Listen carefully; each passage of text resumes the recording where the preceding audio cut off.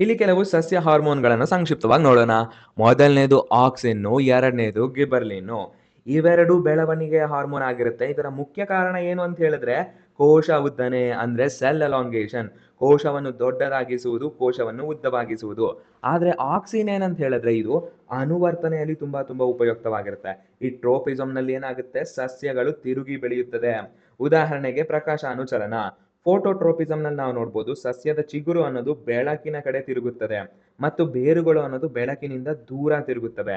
ಇವೆಲ್ಲ ಹೆಂಗ್ ಸಾಧ್ಯ ಅಂತ ಕೇಳಿದ್ರೆ ಇವೆಲ್ಲ ಆಕ್ಸಿನ್ ಇಂದನೇ ಸಾಧ್ಯ.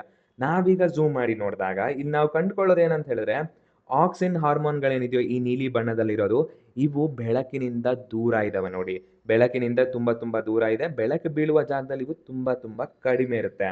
ಆದ್ದರಿಂದ ಆಕ್ಸಿನ್ ಅನ್ನೋದು ಇಲ್ಲಿ ಬಹಳಷ್ಟು ಕೇಂದ್ರೀಕೃತವಾಗಿರುತ್ತೆ. ಹಾಗಾಗಿ ಈ ಭಾಗ ಅನ್ನೋದು ಬೆಳಕಿನಿಂದ ದೂರವಿರುವ ಭಾಗ.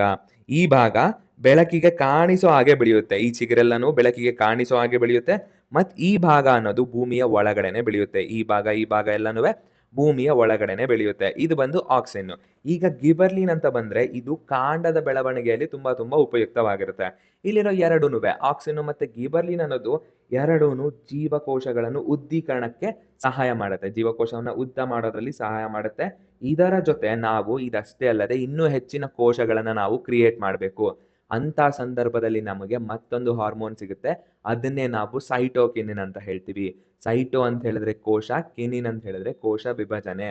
ಸೈಟೋ ಅಂದ್ರೆ ಕೋಶ, ಕಿನಿನ್ ಅಂದ್ರೆ ವಿಭಜನೆ.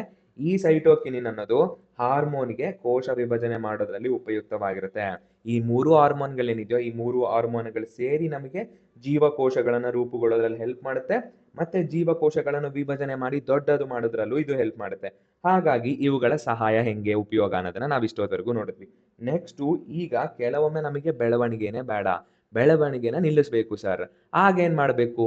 ಬೆಳವಣಿಗೆ ನಿಲ್ಲಿಸುವಾಗ ನಮಗೆ ಮತ್ತೊಂದು ಹಾರ್ಮೋನ್ ಅನ್ನೋದು ಸಿಗುತ್ತೆ. ಅದನ್ನ ನಾವು ಆಬ್ಸಿಸಿಕ್ ಆಸಿಡ್ ಅಂತ ಹೇಳಿ ಕರಿತೀವಿ.